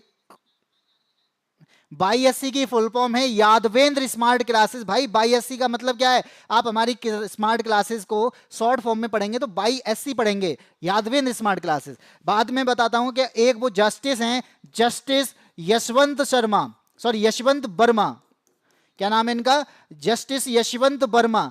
इन पर महाभियोग की प्रक्रिया अपनाई जा रही है, इनको महाभियोग के द्वारा हटाने की कोशिश की जा रही है। किसकी वजह से? हाँ जी बिल्कुल, हमारी ही कोचिंग है भाई। अगर मैं पढ़ा रहा हूं तो कोचिंग हमारी ही है। हाँ, डिविलियर्स का आंसर आया था, ये भी मुझे पता है। त्रिषा शर्मा ने भी बता दिया, यशवंत वर्मा है। आगे बढ़ते हैं, क्वेश्चन नंबर आता है 15। अब बात कर लेते हैं कंप्यूटर की। कंप्यूटर का जमाना है, आंदोलन कर रहे हैं, जैन जी के आंदोलन चल रहे हैं, कहीं जैन अल्फा के आंदोलन चल रहे हैं। जमाना कंप्यूटर का चल रहा है, सोशल मीडिया पे अपना टाइम बिता रहे हैं। लेकिन क्या करना है यहाँ पे? हमें तो अपनी कंप्यूटर की बात करनी, ठीक है। चलो छोड़ो। निम्नलिखित में से किसे चौथी पीढ़ी के कंप्यूटर के मुख्य इलेक्ट्रॉनिक घटक के रूप में इस्तेमाल किया गया? आपने पता है जब कंप्यूटर का आविष्कार हुआ था तो जो कंप्यूटर बनाए गए थे ना, फर्स्ट जनरेशन का जो कंप्यूटर बनाया गया था वो इतना बड़ा था कि वो एक रूम में आ पाएगा। एक रूम जितना बड़ा कंप्यूटर था हमारे पास में 1950 में जो फर्स्ट जनरेशन का कंप्यूटर बनाया गया था। और यहां पर फर्स्ट जनरेशन का जो कंप्यूटर बनाया गया था ना, वो वैक्यूम ट्यूब का यूज किया था। उसके अंदर किसका यूज किया था? वैक्यूम ट्यूब का यूज किया था। तो फर्स्ट जनरेशन आप देख पा रहे होंगे, फर्स्ट जनरेशन का ये पूरे कमरे के बराबर दिखाई दे रहा है। फिर थोड़ा सा छोटा आया सेकंड में, उससे छोटा थर्ड में, उससे छोटा फोर्थ में, और लास्ट आपका फिफ्थ जनरेशन जो कि और छोटा हो गया है। अब इतने छोटे होंगे कि मोबाइल में कंप्यूटर लेके घूम रहे हैं। तो 1950 पे हैं हम, जब फर्स्ट जनरेशन का कंप्यूटर लेके आए थे, फर्स्ट जनरेशन का कंप्यूटर लेके आए तो उसमें हमने किसका यूज किया? वैक्यूम ट्यूब का यूज किया। ठीक है, पता चल गया पहले का। लेकिन सेकंड में भी तो कुछ यूज किया गया होगा। हाँ जी, यूज किया गया, क्योंकि वैक्यूम ट्यूब यहां पे बहुत जगह घेर रहा था। तो हमने सेकंड में ट्रांजिस्टर का यूज कर लिया। किसका यूज कर लिया? ट्रांजिस्टर का यूज कर लिया, और कंप्यूटर का साइज थोड़ा सा छोटा कर दिया। लेकिन फिर क्या हुआ? फिर आता है थर्ड जनरेशन, और इसमें हमने इंटीग्रेटेड सर्किट का यूज कर लिया, आईसी का यूज कर लिया, एक छोटी सी चिप का यूज कर लिया। और पांचवी जनरेशन आपकी चल रही है, ये फोर्थ जनरेशन की जब बात चल रही है तो फोर्थ जनरेशन आपकी बीएलएसआई यानी very large scale integrated circuit, जो कि एक सिंगल चिप होती है। ऑप्शन नंबर डी यहां पे सही हो जाएगा, very large scale integrated circuit, VLSI. Silicon से बनी एक चिप होती है जो फोर्थ जनरेशन में काम आती है। 1970 में बना हुआ कंप्यूटर आपका फोर्थ जनरेशन का कंप्यूटर कहलाता है। और आज आपकी फिफ्थ और सिक्स्थ जनरेशन की काम की जा रही है। फिफ्थ जनरेशन जो एआई बेस्ड चल रही है। और यहां पे अगर हम कंप्यूटर की जनरेशन की बात करें, जो धीरे धीरे करके छोटा होकर ज्यादा काम करने लग गया, लेकिन हमारी जनरेशन की बात की जाएगी जहां पे जैन जी, जैन अल्फा, जैन बीटा की बात की जा रही है। ये धीरे धीरे धीरे करके अपने माइंड को खोते चले जा रहे हैं, माइंड का संतुलन खोते चले जा रहे हैं। यहां पे सोशल मीडिया पे इतना निर्भर हो गए हैं कि सोशल मीडिया के अलावा उनका जीवन है ही नहीं। ठीक है, इसका तो आंसर मिल गया होगा। सी आंसर कितेश राजपूत, त्रिषा का। D answer sir ji KM classes, Praveen Kumar KM classes. हाँ ठीक है, ऑप्शन नंबर डी आंसर आ चुका है। तो जो लोग यहाँ पे डी के साथ हैं वो बहुत सही जा रहे हैं, तो डी आंसर बिल्कुल सही है। सर मेरा आंसर पहले चला जाता है कि मैं, मतलब आप मेरी गिनती नहीं कर रहे हैं उतनी देर तक। वही ऐसा होता है कि आंसर निकल जाते हैं, मैं यहाँ पे समझाने की कोशिश कर रहा होता हूँ तो उस टाइम पे आंसर निकल जाते हैं। कोई बात नहीं है, अगर निकल गए हैं तो कोई बात नहीं, बाद में पढ़ लेंगे। बाद में आप आंसर दे दिया करो तो मुझे फिर समझ में आ जाएगा। अब ऐसा करूंगा, पहले देख लूंगा, लाइक कर दो गाइस सर को। भाई सर को ना लाइक करके आप इस चैनल को, इस वीडियो को लाइक कर सकते हैं, ठीक है। डी आंसर हो जाएगा, प्रवीण कुमार का भी ऑप्शन नंबर डी है। चलिए आगे बढ़ते हैं, क्वेश्चन नंबर 16 पे आते हैं। क्वेश्चन नंबर 16 क्या कहता है? अब मान लीजिए कि आपके पास में, जैसे हमारे यहाँ पे कुछ ग्रुप्स हैं, जैसे आप कहेंगे जनरल ग्रुप माना जाता है, जहां पे आप ओबीसी को देखते हैं, जहां पे आप एससी को देखते हैं, जहां पे आप एसटी को देखते हैं। लेकिन हमें एससी के हितों की रक्षा करनी है, हमें एससी के अंदर डेवलपमेंट को देखना है, हमें उनके फंडामेंटल राइट्स की निगरानी करनी है, और यहाँ पे उनके लिए जो योजनाएं लाई जा रही हैं उन योजनाओं पे कितना काम किया जा रहा है, ऐसी रिपोर्ट प्रस्तुत करनी है।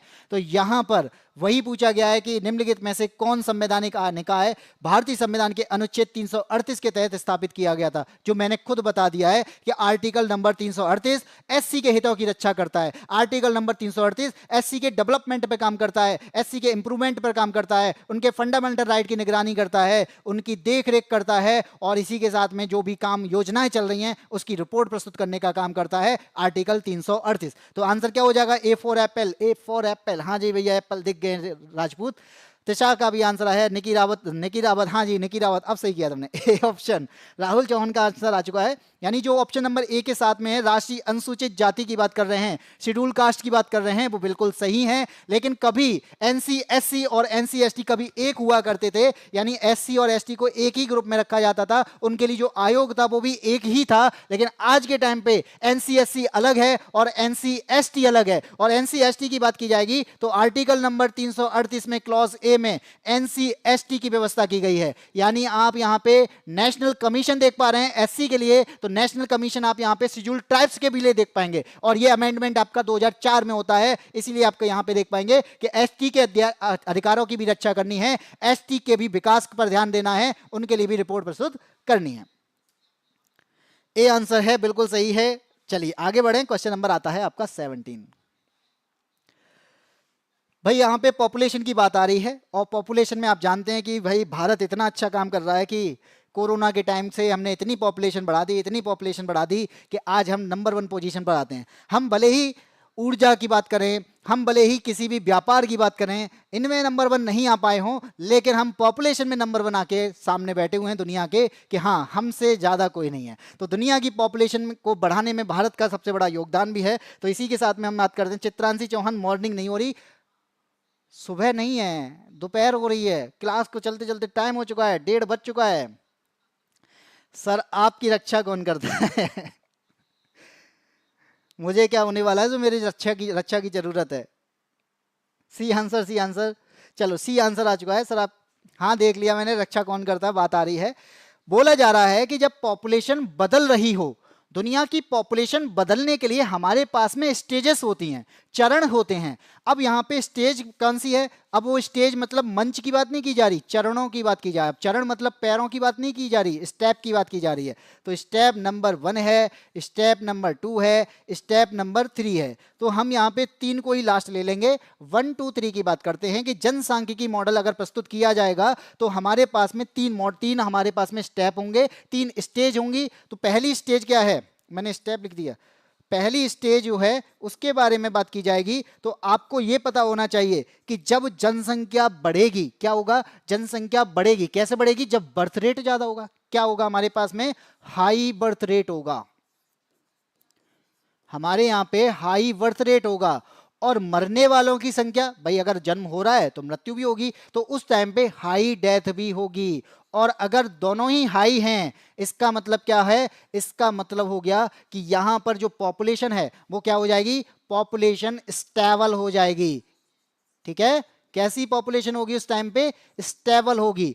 इसी प्रकार से अगर मैं इनमें से किसी एक को और कम कर दूं, मान लीजिए मैंने क्या किया, इस जगह पे कर दिया मैंने डेथ को कम कर दिया।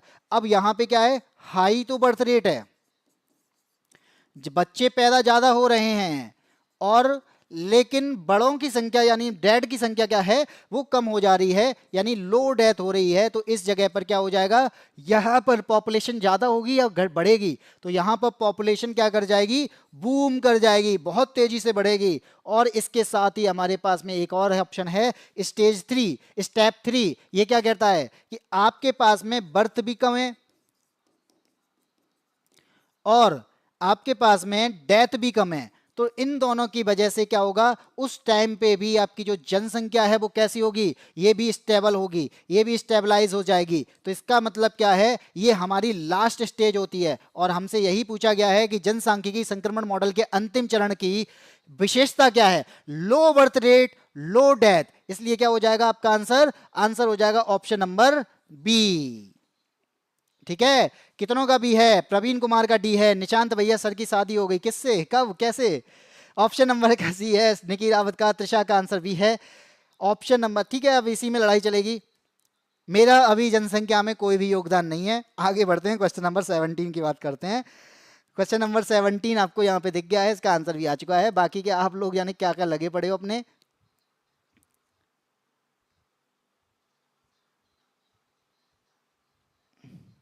ठीक है जी हाँ, किसी का सही होगा किसी का गलत होगा, लेकिन होगा। अब आगे बढ़े, क्वेश्चन नंबर आते हैं 18 पे।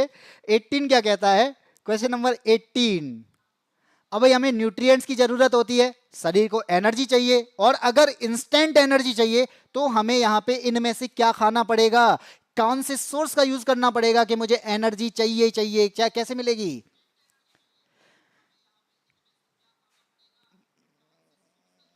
भाई मेरी हुई है या नहीं हुई है इसका कोई मतलब नहीं बनता, यहां पे आपको बताना है कि आपके क्वेश्चन सही हैं या नहीं है। मेरे से मतलब नहीं है, आपको क्वेश्चन से मतलब होना चाहिए।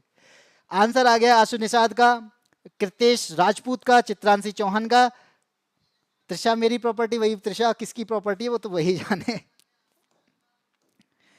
मैं किसी की प्रॉपर्टी पर बात नहीं कर रहा हूं, शरीर की बात कर रहा हूं। शरीर प्रॉपर्टी तो सबकी शरीर प्रॉपर्टी है। इनमें से कौन सा पोषक तत्व शरीर या मानव आहार के लिए मुख्य ऊर्जा का स्रोत है। आपको पता है कि अगर आपको इंस्टेंट एनर्जी चाहिए तो ऐसा कुछ खाना पड़ेगा जो ग्लूकोज को तुरंत बदलकर तुरंत एनर्जी में कन्वर्ट कर दे, और इनमें से ऐसा कोई है। लेकिन चलिए मैं पहले से बात करता हूं, क्या वो फैट है, नहीं। फैट एनर्जी देता है लेकिन स्टोर कर लेता है, स्टोर्ड एनर्जी देता है लेकिन जल्दी काम नहीं आता। जैसे पेट पे मेरे जम गया, आप लोग कहते हैं ना सर आपका पेट, ये क्या है, एनर्जी को स्टोर कर लिया मैंने, और इतना स्टोर कर लिया है कि ये बढ़ता चला जा रहा है। यहां पर इसका मतलब है कि जल्दी काम नहीं आएगा, एनर्जी स्टोर कर लेगा। फाइबर की बात करेंगे, फाइबर डाइजेशन को ठीक करने में हेल्प करता है। डाइजेशन करना है, डाइजेशन चाहिए, अच्छा पाचन होना चाहिए, तो एनर्जी तो नहीं देगा लेकिन उसको हेल्प कर देगा ठीक करने में। विटामिन बी की बात करते हैं, बी कॉम्प्लेक्स की बात करते हैं, तो ये न्यूट्रिएंट्स को एनर्जी एक्सट्रैक्ट करने में हेल्प करता है, एनर्जी बनाने में हेल्प कर देगा, लेकिन खुद नहीं है एनर्जी का सोर्स। लेकिन फिर कौन है, ये है आपका कार्बोहाइड्रेट। ये कार्बोहाइड्रेट ही है जहां से हमें इंस्टेंट एनर्जी मिलती है, ये कार्बोहाइड्रेट ही है। अगर आप अंडा खाएंगे तो एनर्जी मिल जाएगी, आप ब्रेड खाएंगे तो एनर्जी मिल जाएगी, आप फल फ्रूट्स खाएंगे तो एनर्जी मिल जाएगी। तो क्यों मिल पा रही है, क्योंकि ये ग्लूकोज को बदल देता है तुरंत ऊर्जा में, और कार्बोहाइड्रेट्स का पाचन आपका मुंह से ही स्टार्ट हो जाता है, एनर्जी तो वहीं से मिलना स्टार्ट हो जाती है। इसी वजह से मुंह ज्यादा चलता है लोगों का। सर कितने क्वेश्चन हो रहे भैया, मैं रोजाना 20 क्वेश्चन कराता हूं, सबको पता है। मैं 20 क्वेश्चन कराता हूं, 20 क्वेश्चन का आंसर आपको देने होते हैं। जब आप 20 क्वेश्चन नहीं कर पा रहे तो फिर कैसे काम चलेगा, मुझसे पूछते हो। एक भैया एक बात है, सही बात है, एक जो नहीं खाता है अंडा, आओ सुनाओ अंडे का फंडा। चलो क्वेश्चन नंबर 19 की बात करते हैं। अब भाई यहाँ पे हमारे पास में क्या होता है, बहुत सारे जीवाश्म ईंधन होते हैं, हमारे पास फॉसिल फ्यूल होता है। अब जब फॉसिल फ्यूल है, इसमें से ऐसा कोई है जिसे बरीड सनशाइन के नाम से जाना जाता है। बरीड सनशाइन क्या होता है, क्या होता है बरीड सनशाइन, ये भी तो पता होना चाहिए, तभी तो मैं आंसर दे पाऊंगा। तो बरीड सनशाइन का मतलब बताइए और मैं आंसर देने की कोशिश करता हूं। एग मैं नहीं खाता हूं, हाँ बहुत अच्छा बात है। ये तो देखो, एग खाने वाले भी दो टाइप के होते हैं, एक एग को मांसाहारी मानते हैं और एक एग को शाकाहारी मानते हैं। जो अंडा खा लेता है उसके लिए शाकाहारी है, जो अंडा नहीं खाता है उसके लिए मांसाहारी है। ठीक है, एक ऐसे होते हैं जो अंडा अंडा अंडा नहीं खाएंगे लेकिन उसके साथ में करी खा लेंगे। बहुत सारे एग खाने वालों की क्वालिटी अलग अलग होती है। चलिए और आंसर कृतेश ने ही दिया है। इसी के अलावा कोल और राजपूत का आंसर डी है। चलिए मैं बता देता हूं कि बरीड सनशाइन का मतलब क्या होता है। आपके पास में फॉसिल फ्यूल है, हाँ जी है। फॉसिल फ्यूल बनेगा कैसे? जब लाखों साल कोई जंगल और पौधे पौधे होंगे, वो वहां पर क्या होंगे, दब जाएंगे। उन्हें अब दबने का मतलब क्या, इन्हें सूर्य की एनर्जी तो मिली होगी ना कभी कभी, जब ये थे तब तो सूर्य की एनर्जी मिल रही थी, लेकिन ये दब गए और इनके मरे, जमीन में दबे, दबने के बाद लाखों साल हुई और इन पर प्रेशर पड़ा, ये कन्वर्ट किस में हो जाएंगे, कोयले में कन्वर्ट हो जाएंगे। यानी कोयले के अंदर छिपी हुई एनर्जी होती है, छिपी हुई सूर्य की ऊर्जा होती है, जिसे जलाकर आप इलेक्ट्रिसिटी देखते हैं, जिसे जलाकर आप हीट लेते हैं, जिसे इंडस्ट्रीज में यूज किया जाता है। तो छुपी हुई यहां पे सनशाइन की बात की जा रही है, छुपी हुई सन की एनर्जी की बात की जा रही है। किसके अंदर होगी? कोयले के अंदर होगी। इसलिए आंसर क्या हो जाएगा? Option number D. राहुल का आंसर डी है, निकी रावत का आंसर डी है, बहुत सही आंसर है ऑप्शन नंबर डी। लेकिन इसमें आंसर लोगों के गलत हो गए, इसका मतलब है आपने आंसर नहीं पता था। भाई कम से कम बता तो दिया करो। नहीं आया, मैंने पूछा बरीड सनशाइन क्या होता है। बरीड सनशाइन का मतलब होता है जो छिपी हुई एनर्जी होती है सूर्य की, वो किस में होगी? वो तो जंगल, पेड़ पौधे होंगे, पेड़ पौधे दबेंगे, उनके ही अंदर तो होगी। पेड़ पौधों के अंदर ही तो होता है। फोटोसिंथेसिस किसके अंदर होता है? पेड़ पौधों के अंदर। तो वही तो दब गए और दबे, प्रेशर पड़ा, कोयले में कन्वर्ट हो गए, तो वही कोयला बन के आ गया, उसी को फॉसिल फ्यूल बोल दिया। और इसी की वजह से हमें एनर्जी मिलती है, छिपी हुई एनर्जी होती है इसके अंदर। एक चॉकलेट मुझे भी दे दो भैया। कौन, मैं दे दूं कि निकी रावत से मांग रहे हो? निकी रावत के पास में चॉकलेट है, कृतेश राजपूत उनसे चॉकलेट मांग रहे हैं। भैया एक दूसरे को अगर चॉकलेट दे सकते हो तो दे दो, मेरे पास में तो नहीं है। आगे बढ़ते हैं, क्वेश्चन नंबर 20। ये लो, इकोनॉमी का क्वेश्चन आ गया। बताओ, पूछा जा रहा है कैपिटल रिसिप्ट क्या है? प्राप्त राशि एक पूंजी प्राप्ति है। इनमें से कौन सी राशि, इनमें से कौन सी पूंजी प्राप्ति की बात हो रही है? जल्दी से बताइएगा। Chowmein, Maggi, macaroni, pasta, burger, ये खाओ, एग पेग ना खाओ। भाई चाउमीन, ये कौन, चाउमीन मैगी किसने बोला है चाउमीन खाओ? मैगी कौन खाए? भाई ये ही फैट बढ़ाते हैं, इन्हें तो नहीं खाना चाहिए। खाना क्या चाहिए? नॉर्मल खाना, यानी जो आप खाना, जो रोटियां खाते हो, फल फ्रूट्स खाओ, इनकी बात कहो। चाउमीन कौन खाएगा भाई? ये मेरा पेट निकाल के रख दिया इसने, चाउमीन ने। कैसी बातें कर दे हो। त्रिशा का आंसर आया है डी, राहुल चौहान का आंसर आया है ए, चित्रांशी चौहान का भी आंसर ऑप्शन नंबर डी आया है। चलिए देखते हैं। देखो आपको पता है राशि एक पूंजी प्राप्ति, यानी पूंजी प्राप्ति है क्या? कैपिटल रिसिप्ट क्या है? कैपिटल रिसिप्ट तो पता होना चाहिए। चलिए आज मैं सीखे, आज को इकोनॉमी का एक कॉन्सेप्ट समझा देता हूं, कैपिटल रिसिप्ट। सबसे पहले आपको पता होना चाहिए कैपिटल रिसिप्ट क्या है। तो ये वो राशि है जो आमदनी का हिस्सा नहीं है, यानी आपको इससे रेवेन्यू नहीं मिल रहा। अब रेवेन्यू नहीं मिल रहा मतलब, मैंने अगर बोला कि आमदनी का हिस्सा नहीं है, यानी आपको इससे रेवेन्यू की प्राप्ति नहीं होगी। अगर ये आपका आमदनी का हिस्सा नहीं है तो फिर कौन है, ऐसा कौन सा है जो आमदनी का हिस्सा नहीं है? तो आप कहेंगे सर मैंने लोन ले लिया है। क्या ले लिया आपने? मैंने लोन ले लिया है। लोन क्या आपकी आमदनी हो गई? नहीं। आपने किसी से उधार ले लिया तो क्या वो आमदनी हो गई? नहीं हुई। क्या अगर गवर्नमेंट जो है अपने शेयर बेचती है तो शेयर को सेल करना, क्या वो आपकी आमदनी है? इसे भी कहेंगे नहीं है। तो फिर क्या करें?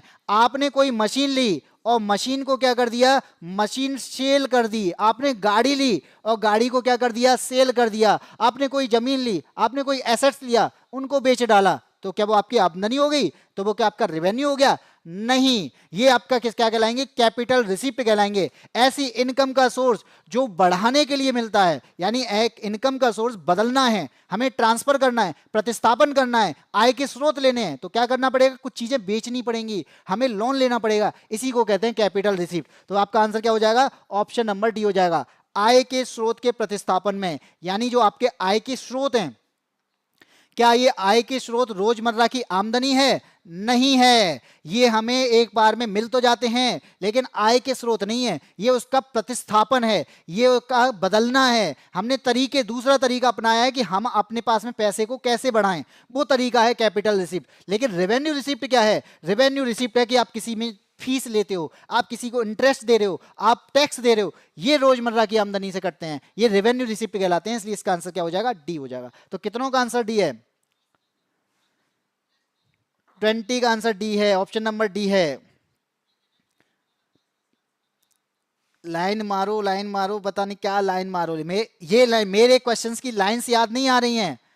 क्वेश्चन के पता नहीं क्या चल रहा है, उनको लाइन मारो, इनको लाइन मारो, पता नहीं यार। थोड़ा सा ध्यान दे लो, पढ़ाई पर फोकस करते तो थोड़ा सा आपका एग्जाम निकल जाएगा। यूपीएसआई की भर्ती बार बार नहीं आने वाली है, इसलिए मैं कह रहा हूँ अभी पढ़ लो, मौका है।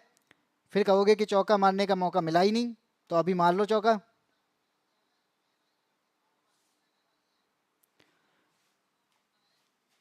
ऐसा सब क्लास में नहीं बोलते, हमें नहीं जरूरत। चलिए कोई बात नहीं है, आपकी क्लास का मैंने यहाँ पे ऑप्शन नंबर डी इसको करा दिया है। क्वेश्चन नंबर 20 आपका कंप्लीट हो चुका है। रोजाना मैं आपको 20 क्वेश्चन कराता हूँ। अब आप बताइए कि आपके कितने क्वेश्चन सही हुए हैं। आप बताइए आपको ये क्लास कैसी लगी है, और अगर आपके क्वेश्चन सही नहीं हुए हैं तो आपने कितना इंप्रूवमेंट किया है। और अगर आपको ये अच्छा लगा है तो लाइक कर देंगे, अगर अच्छा लगा है तो शेयर भी कर देंगे, अगर अच्छा लगा है तो सब्सक्राइब भी कर लेंगे। लेकिन आपका इंप्रूवमेंट कितना हुआ है ये भी बताएंगे। जल्दी से फीडबैक दे दीजिए। मैं बहुत देर से पढ़ रही हूँ पर कमेंट नहीं कर रही हूँ। हाँ देखो, एक ऐसे हैं जो कमेंट नहीं कर रहे लेकिन पढ़ाई पर फोकस है। डेडिकेशन होना चाहिए, चाहे वो किसी भी तरह से हो, पढ़ाई पर फोकस हमारा होना चाहिए, ठीक है। क्या पता नहीं क्या चल रहा है। त्रिशा शर्मा के आंसर हुए हैं 19 सही, बहुत अच्छा भाई। ये तो मैं कहूंगा सबसे बेस्ट रहा। अगर आपके 20 में से 19 सही हैं तो मुझे लगता है कि आपकी जीएस की बेहतरीन तैयारी चल रही है। और चित्रांशी चौहान थैंक यू, और इसी के साथ में निकी रावत भाई आपको भी थैंक यू। कितेश राजपूत के 20 में से 15 सही हुए हैं। हाँ ठीक है, 15 तक अगर आप पहुंच रहे हो तो ये भी बहुत अच्छे नंबर है। 15 नंबर 20 में से 15 आने का मतलब है कि आपकी तैयारी बहुत बेस्ट जा रही है। लेकिन 15 से ऊपर बोनस है, 15 से नीचे अगर आप जा रहे हो तो कहीं ना कहीं आपको तैयारी करने की जरूरत है, कहीं ना कहीं आपको इंप्रूवमेंट करने की जरूरत है, कहीं ना कहीं आपको टॉपिक को देखने की जरूरत है। तो जल्दी से भाई ऐसे कर दो। चॉकलेट, हाँ भी चॉकलेट मिल जाएगी, एड्रेस वेड्रेस देते रहो तो चॉकलेट मिल जाएगी, सबको मिल जाएगी जिसको जिसके भी आंसर सही जा रहे हैं। बाकी मैं आपको बता दूं कि भाई रीजनिंग पढ़ना है तो सुबह 7 बजे जुड़ जाओ। अगर आपको मैथ पढ़ना है तो सुबह 11:30 बजे में जुड़ जाओ। अगर आपको जीके पढ़ना है तो आप 12:30 बजे मेरे साथ में जुड़ जाओ जो अभी पढ़ रहे हो। अगर आपको हिंदी पढ़ना है तो शाम को 9 बजे जुड़ जाओ। तो 9 बजे तक आपके ये क्लास दी हैं। 4 क्लास हम यहाँ पे प्रोवाइड करते हैं यूपीएसआई के लिए, और बहुत बेहतरीन तरीके से आपको ये क्लास दी जाती हैं जिससे आपकी चीजें समझ में आए। और यहाँ पे एक दो चक्कर में गलत हो गया, कोई बात नहीं है, कप प्लेट। चलिए बाकी का आपको बता दूं कि हमारे द्वारा जो बैच लॉन्च किया गया था, अगर आप कंसेप्ट थ्योरी अच्छे से पढ़ना चाहते हैं, कंटेंट बहुत अच्छा चाहते हैं, बेस्ट चीजें चाहते हैं, तो आपको चाणक्य बैच में एनरोल करना पड़ेगा। लेकिन कहां? बाईएससी एप्लीकेशन पर। तो चाणक्य 2.0 में बहुत खास ऑफर चल रहा है, और चाणक्य 2.0 में ऑफर जो चल रहा है 99 रुपए में, यानी जो 599 रुपए का बैच था वो प्रेजेंट टाइम में ऑफर में आपको 99 रुपए का मिल रहा है। अगर आप चाहते हैं यूपीएसआई की बेहतरीन तैयारी, आप चाहते हैं सस्ते में अच्छा, तो आप अभी इसको खरीद सकते हैं 99 रुपए में, क्योंकि ये मौका आपको बार बार नहीं मिलने वाला। फिर से ये 599 का हो जाएगा, फिर कहोगे सर बहुत महंगा हो गया है। ठीक है, दिल्ली आना पड़ेगा भैया, दिल्ली बहुत दूर नहीं है। ये कैसी बातें कर रहे हो, चलो आगे बढ़ते। क्वेश्चन नंबर की क्वेश्चन तो नहीं है। बाईएससी एप्लीकेशन को डाउनलोड करना पड़ेगा आपको। सबसे पहले बाईएससी पे रजिस्टर करिए, लॉगिन करिए, और यहाँ पर बहुत कुछ मिलने वाला है। लॉगिन करने के बाद में आपको यहाँ पे फ्री में भी टेस्ट प्रोवाइड किए जा रहे हैं। आप यहाँ पे फ्री में टेस्ट लगा सकते हैं। आप चाहते हैं यहाँ पे कुछ नोट्स फ्री में पा सकते हैं। आप पढ़ना चाहते हैं तो 99 रुपए में पढ़ सकते हैं भाई। दो साल की वैलिडिटी के साथ में 99 रुपए में आप एक कोर्स खरीद सकते हैं, चाणक्य 2.0 बैच, जो कि आपको यूपीएसआई को क्लियर कराने में बहुत हेल्प करने वाला है। यूपीएसआई को क्वालिफाई कराने में हेल्प ही नहीं, आपके साथ खड़ा रहने वाला है, आपके साथ में एक तरीके से कह सकते हैं सजेशन देने वाला है, आपके साथ में स्ट्रेटजी शेयर करने वाला है। तो आपके पास में नंबर है, कॉल उठाइए, 8266981579 पे कॉल करिए और आप इस बैच को एनरोल कर सकते हैं। यहां पर कॉल करके आप सारी जानकारी ले सकते हैं। अगर आप किसी टीचर से बात करना चाहते हैं, जैसे मैथ के टीचर हैं यादवेंद्र सर से बहुत लोग बात करते हैं, तो उनसे भी आप इस नंबर पे बात कर सकते हैं। मैं भी आऊंगी चॉकलेट, हाँ तुम आ जाना, चॉकलेट ले लेना, ठीक है। चलिए ठीक है, तो आज की क्लास में इतना ही। अब फिर मिलते हैं इसी टाइम पे 12:30 बजे। रोजाना क्लासेस होती है। आप यूपीएसआई में जीके पढ़ना चाहते हैं, आप यूपीएसआई में जीके को इंप्रूव करना चाहते हैं, आप चाहते हैं कि जीके कोई ऐसा पढ़ाए कि आपको चीजें याद हो जाएं, आप चाहते हैं कि मैं नंबर्स ज्यादा खींच लूं, तो आपको जुड़ना पड़ेगा बाईएससी एप्लीकेशन पर, यादवेन स्मार्ट क्लासेस के यूट्यूब चैनल पर। आप अगर नए हैं, सब्सक्राइब नहीं किया है, सब्सक्राइब कर लें, नोटिफिकेशन आते रहेंगे, क्योंकि एक बार देखने के बाद नोटिफिकेशन नहीं आया कैसे, फिर पता कैसे करेंगे, तो इसलिए कह रहा हूं सब्सक्राइब करें, नोटिफिकेशन लें। Thank you thank you thank you सभी को, थैंक यू। और इसी के साथ में आज की क्लास में इतना ही। फिर मिलते हैं इसी टाइम पे 12:30 बजे रोजाना, मंडे से सैटरडे तक। तब तक के लिए जय हिंद, जय भारत।